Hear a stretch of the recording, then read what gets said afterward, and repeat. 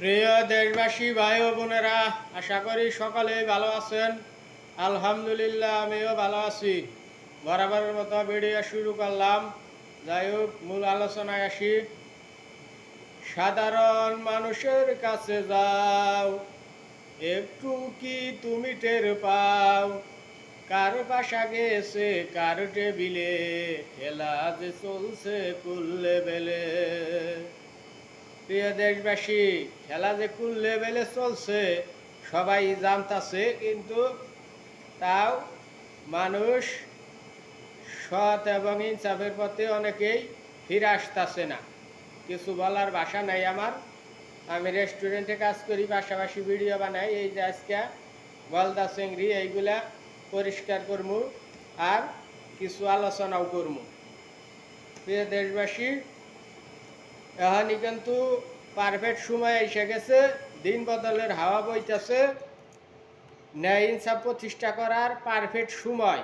এখনও যদি সাধারণ জনগণ ঘুমাই থাকেন, তাহলে কিন্তু আপনারা এর খেসারত দিবেন, অনেকেই জান দিয়া, অনেকেই মাল দিয়া।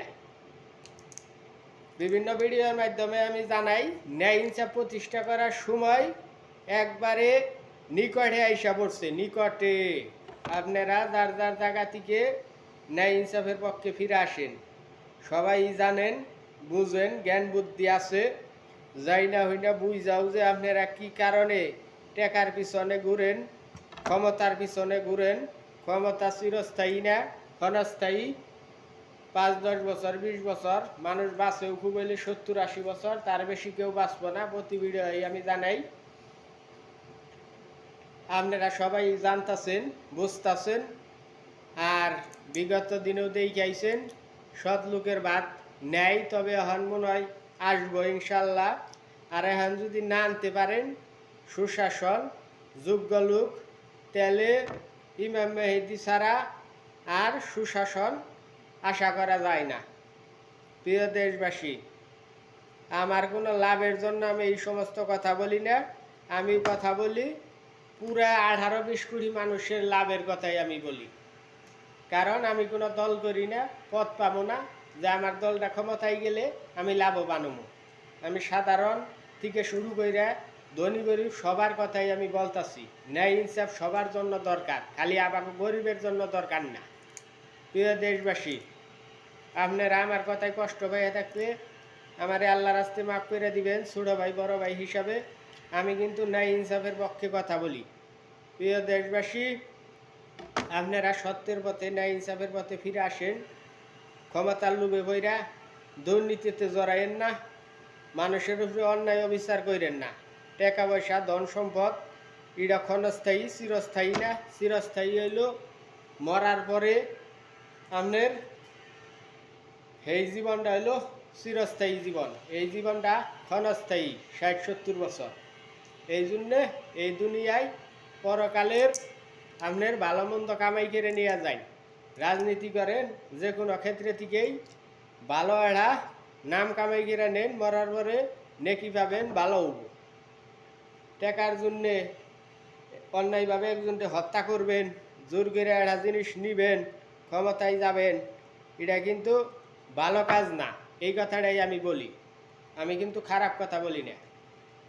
আর একটা কথা বলি ভিডিওর মাঝখানেই, নারায়ের তাকবীর, আল্লাহু আকবার।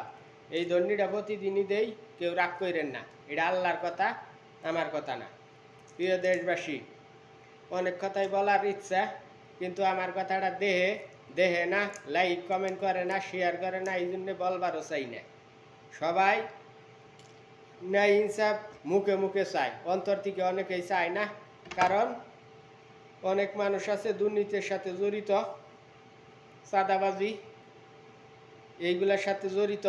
তারা যদি ন্যায় ইনসাফ পায় তাহলে তারা কীবা করব, এই ভয়ে তারা ন্যায় ইনসাফ চায় না।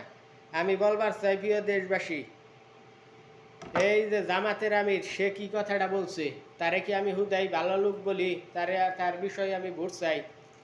সে বলছে যারা অন্যায়ের সাথে জড়িত, চাঁদাবাজির সাথেও জড়িত, বিভিন্ন অপকর্মের সাথে জড়িত, তাদেরও কোনো টেনশন নেই। জামাত যদি ক্ষমতায় আহে তাদেরকেও একটা কাজের ব্যবস্থা করে দিব, তাদের চান্দা তুলনাবো না, আপনাদেরকেও এবার খুঁড়াও দিব না। তোমরা আগে চান্দা তুলছ, তওবা পইরা সঠিক রাস্তায় ফিরাবো। তওবা বললে আল্লাহ কিবা মাসুম বান্দা বানাই দেয় যে কোনো মানুষকে, বড় ধরনের অপরাধ করলেও। সেই রকম চান্দা তুলাটাও কেউ কিছু মনে করবো না। অতীতে যা করছেন করছেন, অহন ভালো হইয়া আল্লাহর রাস্তায় ন্যায় ইনসাফের পক্ষে ফিরে আসেন। এটা এলো আমার দাওয়াত সাধারণ মানুষ হিসাবে। সবাই ভালো থাকেন। ভিডিও বড় হইলে কেউ দেখবার চায় না। ভালো লাগলে লাইক কমেন্ট করেন, না লাগলে দরকার নেই। আল্লাহ হাফিজ।